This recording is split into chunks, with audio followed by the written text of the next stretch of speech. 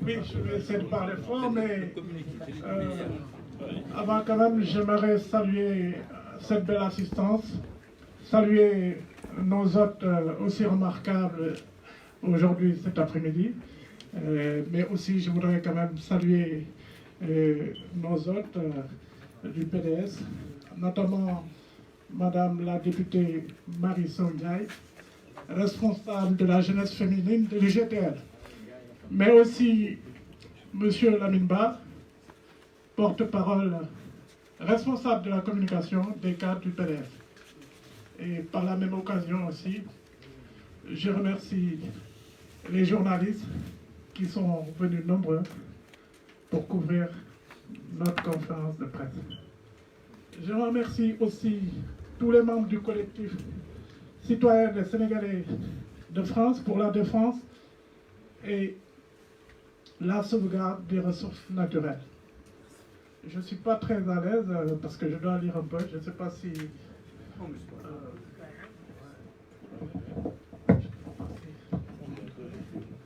Voilà.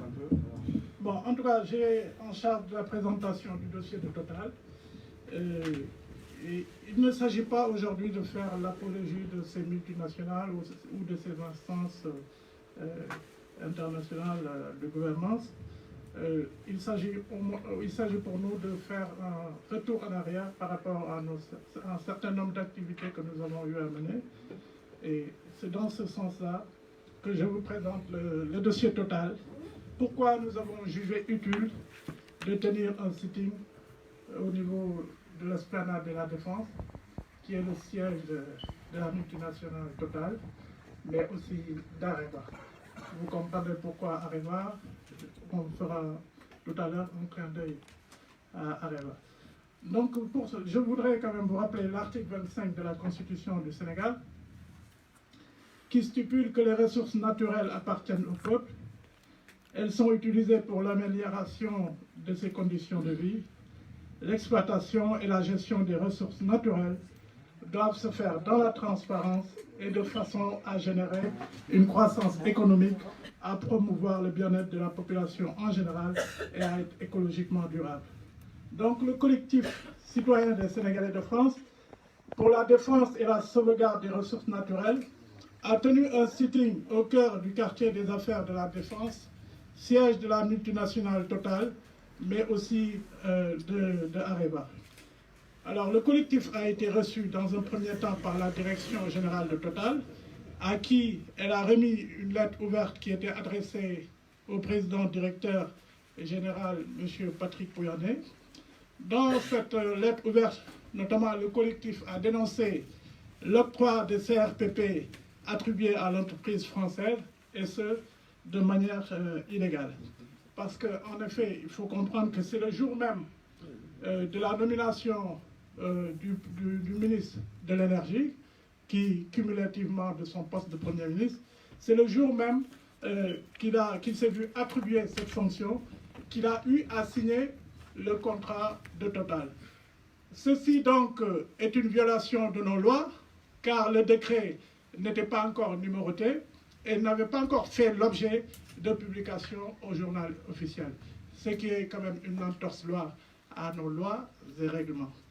Et donc, par ailleurs, le collectif aussi a dénoncé les stratagèmes de Total, qui, malgré sa 5e place, comme nous l'a rappelé notre sœur Rokia, quand même, Total, qui, malgré sa 5e place en tant que soumissionnaire, se retrouve avec le bloc Ultra Deep Offshore du ministre en charge du secteur de l'énergie.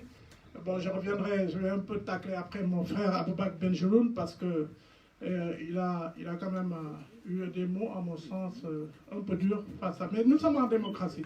Il a eu des mots un peu durs face à ces ministres-là, qui, en certains temps, ont eu à avoir des fonctions au sein du gouvernement de notre pays.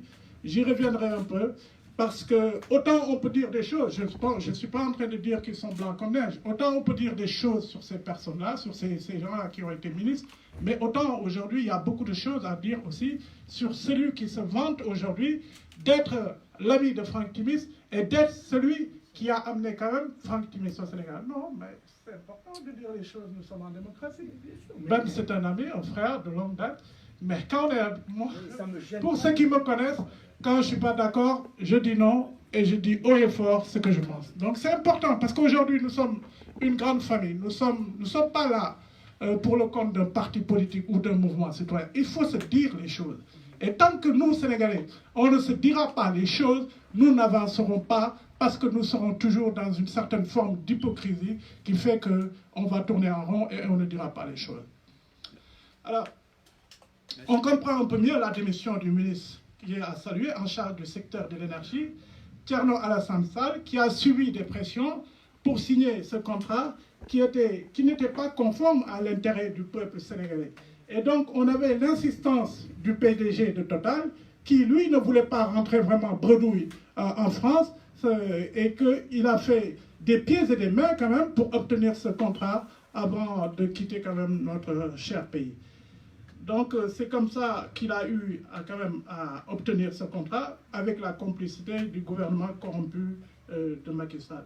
Alors, pourquoi aujourd'hui, moi je fais partie de ceux qui estiment que le contrat que Total a obtenu du gouvernement sénégalais est tout aussi scandaleux que le contrat de Petro-Tim. Parce que, bien vrai qu'au début, on n'était pas au courant de certaines informations, mais rendez-vous compte qu'au niveau de la première tranche de production qui va durer 20 ans, Total propose à l'État du Sénégal 25% sur la production qui va durer de 1 à 25 ans. Là où, quand même, BP Cosmos, qui, quand même, au niveau des soumissionnaires, était arrivé en première place, BP Cosmos proposait au niveau de la première tranche de production 35% quand même à l'État du Sénégal. Si on sait quand même bien compter encore, il y a une différence. Il y a un gap de 10 points. Et qu'on ne nous dise pas que c'est une prestation de service. Ce n'est pas une prestation de service. Là, ce sont des ressources naturelles qui sont là, bien là, identifiées, connues. Et cette part de 25%, elle concerne la variable qui sera de 0 à 50 000 barils par jour. Là où Total propose 25%, BP Cosmos proposait pour cette tranche de production 35% à l'État du Sénégal. C'est quand même énorme. Et rendez-vous compte, plus la production va augmenter, plus l'État du Sénégal va quand même subir un manque à gagner et subir un préjudice, parce que la deuxième tranche, qui va de 50 000 barils à 100 000 barils, si encore mes souvenirs sont bons, Total, quand même, propose 35% sur cette tranche de production, là où BP Cosmos, quand même, propose 50%. Là, quand même, c'est énorme. On passe de 10 points de perte à 15%. Donc, je pense que c'est quand même, pour ma part, de mon point de vue, tout aussi scandaleux que le dossier Petro-Tim. Donc aujourd'hui, pourquoi nous sommes allés à Total? Parce qu'on a parlé tout à l'heure de Congo, même si ce n'est pas le bel exemple, ce n'est pas le bon exemple à citer. Mais nous voulons être à l'avant-garde de ce combat. C'est un peu le but de ce collectif. Nous ne voulons pas ce qui s'est passé au Congo se reproduise au Sénégal. C'est pour ça, dès l'entame de ces manquements au niveau de l'attribution de ces contrats, nous sommes en ordre de bataille pour vraiment nous ériger en bouclier pour réclamer que ce qui est au peuple sénégalais puisse retourner au peuple sénégalais de manière tout à fait légale et juste. Donc,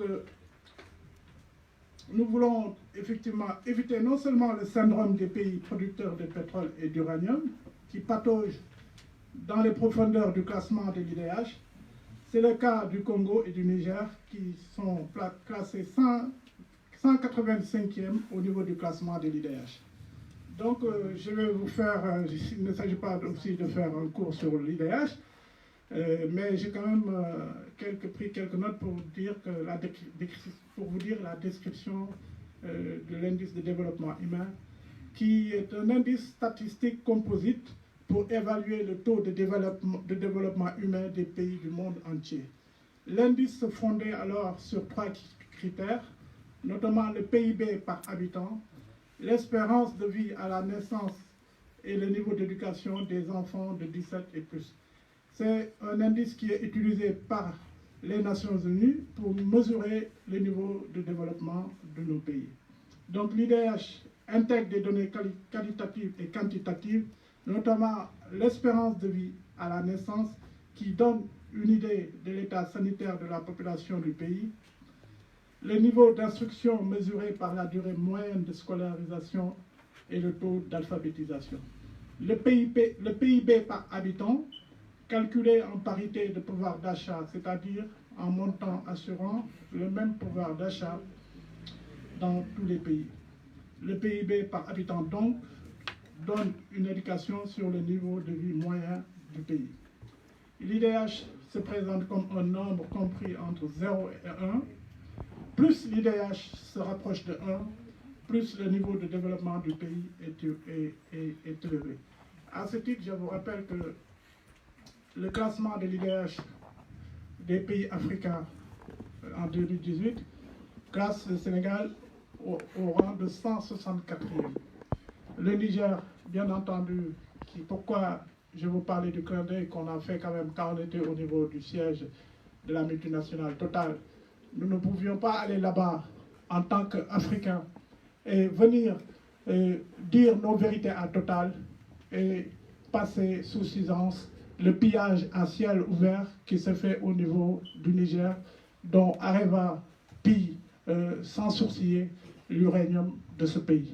Donc le Niger, qui dispose presque de la 3e mine au monde d'uranium, occupe quand même la 185e place de ce classement de l'IDH. C'est pour vous dire quand même qu'il nous faut être dès à présent en ordre de bataille pour réaffirmer non seulement le fondement de la création des États-nations, le fondement de la création de l'Organisation des Nations Unies, qui est le droit des peuples à disposer d'eux-mêmes, le droit des peuples à l'autodétermination, le droit des peuples à d'abord jouir de leurs richesses pour eux-mêmes et par eux-mêmes et pour leur peuple. Donc c'était vraiment ce que je pouvais vous dire vraiment sur le dossier Total et vous dire notre état d'esprit sur le fait que nous sommes dès à présent résolument debout pour que ce qui s'est passé dans les autres pays ne puisse pas se reproduire au Sénégal. Mais surtout, je pense que ces scandales-là doivent... Excusez-moi, avant de continuer, excusez-moi de vous avoir coupé, parce qu'on a plusieurs internautes qui vous regardent, qui sont des Sénégalais au fond jusqu'à Kédougou, qui n'arrêtent pas de me dire que vous le dites en Wolof quand même. Parce qu'ils ont mis globalement, parce qu'ils ont vu votre passage. Donc vous aussi, vous pouvez aussi. Parce que non, je réponds juste ce qu'ils m'ont dit, en fait, c'est pas moi. Moi, ça ne me dérange pas. Surtout Ben, ce qu'il a intervenu et que comment vous avez présenté aussi cette collective, vous voulez le cas. Mais li ma bëgg a wax rek mooy ñun ñëpp ay Sénégalais la mais li ma xalaat si scandale yi am yëpp te commencé wul 2012 commencé wul 2019 ça fait 60 ans ñu ngi am yenn xeetu politiciens yoo xamante ne ñoom dañuy maanaam yokkute am yokkute peuple bi di gën a dellu gannaaw mais scandale yi jot a am tey suñu réew tey jii nii si pétrole beeg yeneen gaz beeg zircon bi daf ñu war a dañu war a tey ñun manko doon benn pour que mu yem fi pour que ñu am yeneen xeetu politique yoo xamante ne dañuy servir seen dëkk ba nga xamante ne li am si koom-koom si réew mi askan wi di ko mën gis. Je vous remercie. Merci, chef. Donc sans plus tarder.